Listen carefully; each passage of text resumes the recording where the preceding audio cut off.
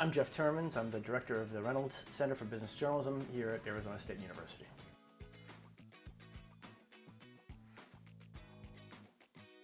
It was kind of an accident, actually. I always wanted to be a journalist, but I never really considered business journalism until I went to journalism school and was lucky enough to get an internship at my dream paper, the Wall Street Journal.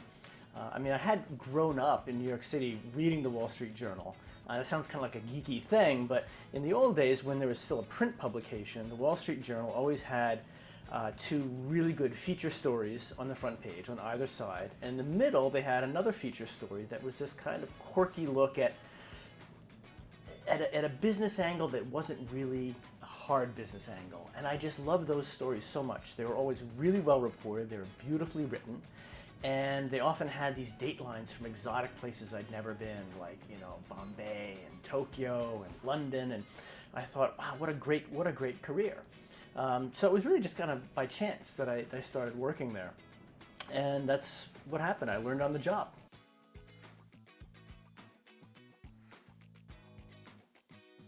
Yeah, I guess in terms of writing those quirky stories on the front page, the journal calls them A-heads because of the way the deck looks. The guy who, I think is probably the master of that format is Barry Newman, who worked at the Journal for many, many years, decades, and he is just one of the best writers I have ever known. He's just fantastic, and he's got a really weird, quirky eye. Would always find the interesting stories in this kind of business newspaper. So he's probably one of my idols. But so many of the people I worked with at the Journal were just masters of the craft, both reporting and editing, and I learned so much from those guys.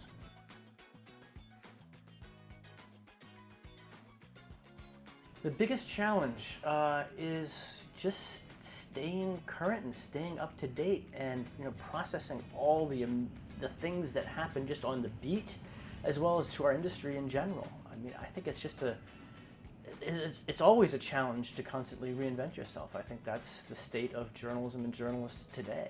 So I don't know if it's one particular challenge, but it's an ongoing challenge that I face, and I think we all face.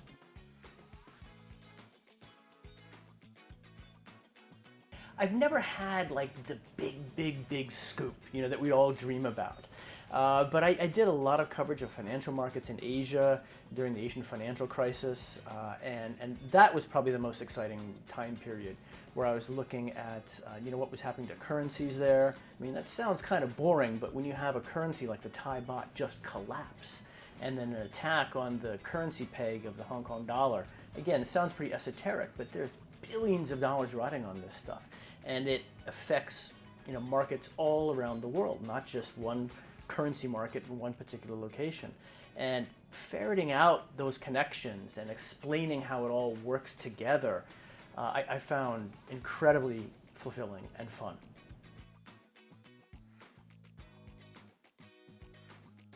Because I kind of consider myself still a journalist. I don't write much journalism anymore, but I do a lot of editing still. My career as a journalist, I started as a reporter and then moved into editing. And one way to look at editing is that you are coaching reporters on how to bring out their best work. And that coaching process and that coaching philosophy is something that I brought into education. I think a good teacher is just like a good editor. They're a good coach who's not saying do this, do that, but really helping to bring out the best in each individual writer. And I think that's really fundamental to my teaching philosophy. So it moved quite smoothly, and I think I was glad that I had so much experience as an editor and as a manager of reporters, because that taught me so much about how to bring out the best in people, and how to work with them, how to deal with their foibles and their egos, and that really helped me a lot in transitioning into teaching. So I still consider myself a journalist, and in many ways, when I was a journalist, I was also an educator.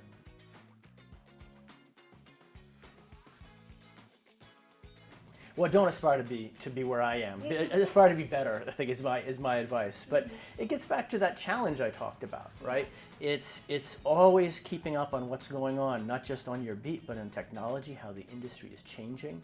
You know, we talk here at Cronkite a lot about, you know, building your own personal brand as a journalist. I think that's very important. Being fluent across multiple media is super, super important. And that's just one example of how much the industry has changed since when I started.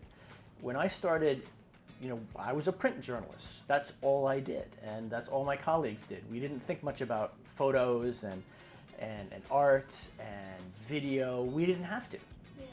In fact, when I started, the Wall Street Journal didn't even have any photographs. It just had little line drawings. That's all they had.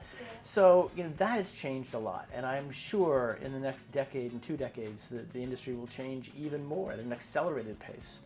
And I think that's what, you know, young journalists have to be aware of, and just to take advantage of opportunities whenever and wherever they come up. That is one of the key learning points from my career. I never, ever thought I'd be sitting in this chair here in Phoenix, Arizona, running the Reynolds Center. I mean, it's just fantastic. And it was just an opportunity that came up. I saw it, I thought, this is what I want to do, and I was lucky enough to get the job. Right. So never imagined it. And I never imagined I'd wind up in Hong Kong, never in a million years, but I saw that opportunity and I grabbed it, and it was one of the best decisions I ever made.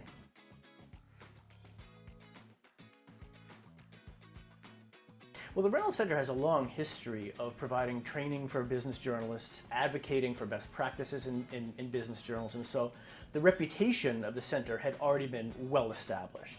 And I see my role as kind of a custodian and also trying to bring it to the next level. Right. One of the things that we have consciously done is to make the center's work more student-focused. Before I got here, a lot of the center's efforts were focused on training professional journalists. There was a big in-person training session, week-long, every year here in Phoenix, which is fantastic. I mean, it was a great opportunity. It's helped a lot of people's careers, but it's also very, very expensive. And we meaning me and my dean, felt that we need to focus more on the upcoming generation of journalists and to advocate for more young people to get into business journalism. Because sad to say, a lot of young people, even who are dead set on becoming a journalist, don't often think of business journalism. Right. They think it's all about money, it's only for rich people. And one of the things we try to do here is we try to showcase some of the best work in business journalism and also help people understand, students as well as the general population, that business journalism affects everything we do. It's everywhere. And almost every story has a business angle.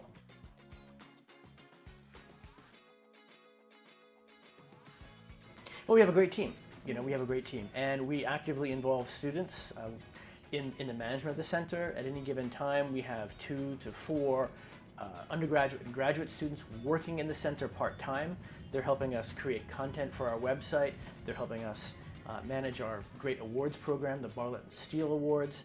And they provide us ideas. They tell us what they need and what they want the center to do. And that has really informed our work and our mission. You know, we again have a long and proud history. We've amassed a huge corpus of work on our website that helps train journalists, helps guide journalists, and you know, we are very proud to be honoring the best in business journalism with our Bartlett and Steele Awards every year.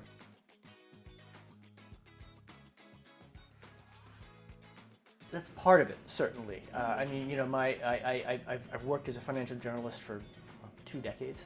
In various places around the world, and I think that certainly has shown me not only the different types of business news stories around, but also how different audiences consume them and what different audiences need, and that's been very, very important.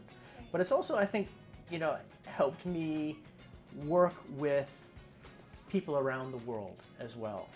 You know, having cross-cultural experience, speaking other languages, is I think very, very important as well. Just training you to be a good global citizen. And I think that's maybe the aspect of my experience that has helped me the most. Maybe it's not necessarily the financial journalism aspect, but it's really just talking to a lot of different people and learning from them and continuing to do so.